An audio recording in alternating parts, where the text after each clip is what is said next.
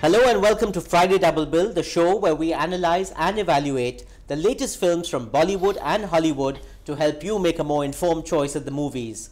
I'm Fahad Samar and this is Mayank Shekhar. And it's turning out to be a great week, or at least you'll soon find out whether it's a good week or not, because we're going to tell you what we thought of the movies this week. The film Masaan, directed by first-time filmmaker Neeraj Ghewan, is a relationship drama concerning two couples in Varanasi. The first story relates to a young woman played by Richa Chadha who is caught making love to a man in a hotel room. The boy in the room commits suicide. The police try to extort money from the girl's family. The second story here is about a boy from the Dome, a lower caste community, who falls in love with a girl who's from the upper caste. Through these two small-town India stories, the film attempts to look closely at love, life and loss of both. You know, Mayank, I've been very privileged that I've shot 7 times in Varanasi for various projects over the years.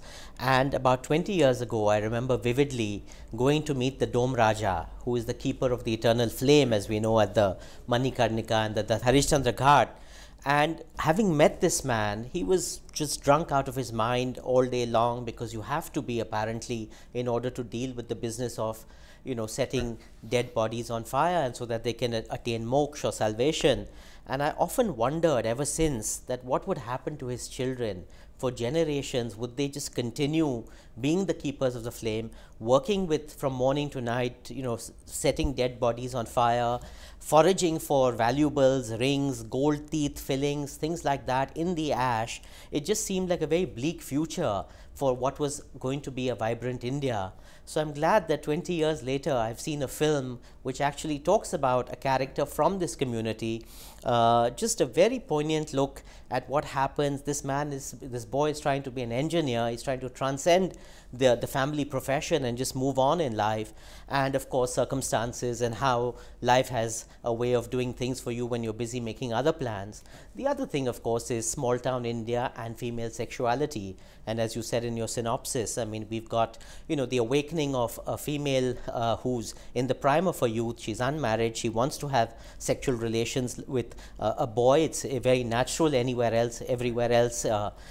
It's a human instinct. But this poor girl gets stuck, and circumstances just completely envelop her.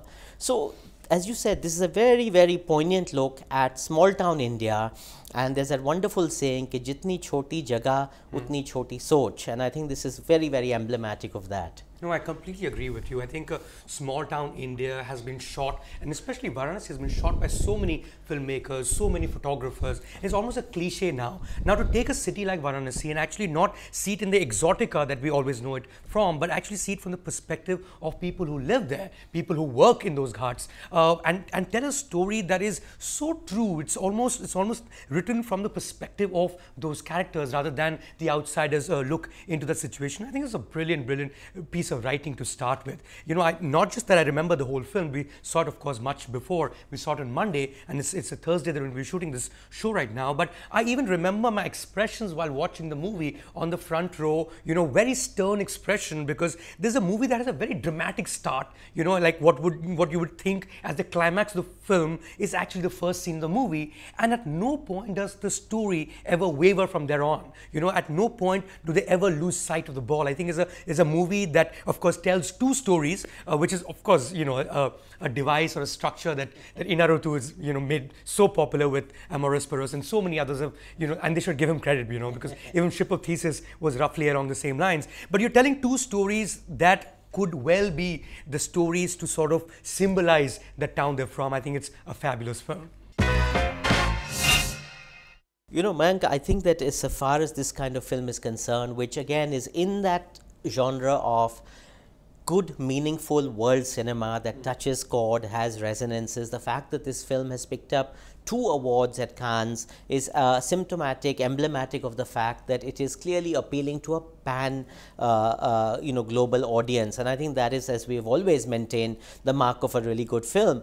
My problem with the film, and I think the oh my god moment, was that I found that it worked beautifully as a character study. I think it worked beautifully as a social document on the mores and the foibles and the small town India.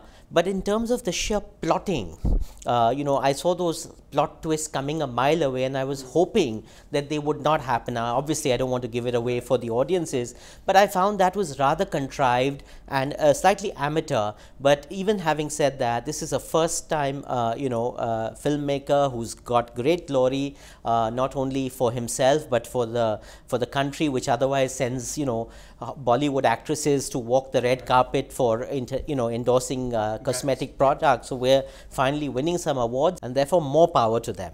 Well, I completely agree with you, Fahad. I think there is the oh my god moment really for me relates not so much to the storyline of this picture, but the kind of points that film makes throughout. And one is of course technology, and how much technology is really changing all of India and of course the rest of the world as well. So there's Facebook, there's radio, there's cell phone, there's all kinds of things that are sort of in some form or the other also bringing us closer, but it's also exposing us to a different kind of world as well. And I think that moment when the lead character in the film, Richa Chadda's character, she works as a ticket in the ticket counter of a railway station, and the fact that she is from small town India also speaks of escapism at some level. She wants to leave that town because even love is not valued there, and she sees this young hippie or hip couple who are buying a ticket, and she really wants them to stay back, and while there is a ticket available, she says there is none because come live in Varanasi for a few more days. I thought it was such a beautiful moment and so well put.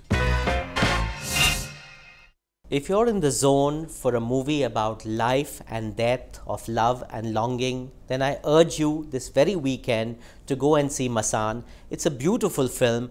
In my opinion, it's not a great film, but it's a very good film, and that should certainly be enough. Well, this is a kind of film that film buffs have made critic proof already. It's already picked up prizes, but that's not the point. The point is it's a great film, and I think you must catch it over this weekend. Guys, that brings us to the end of Friday Double Bill. Do tell us what you think of the movies. Do tell us what you think of the show. And yes, please do subscribe to our channel.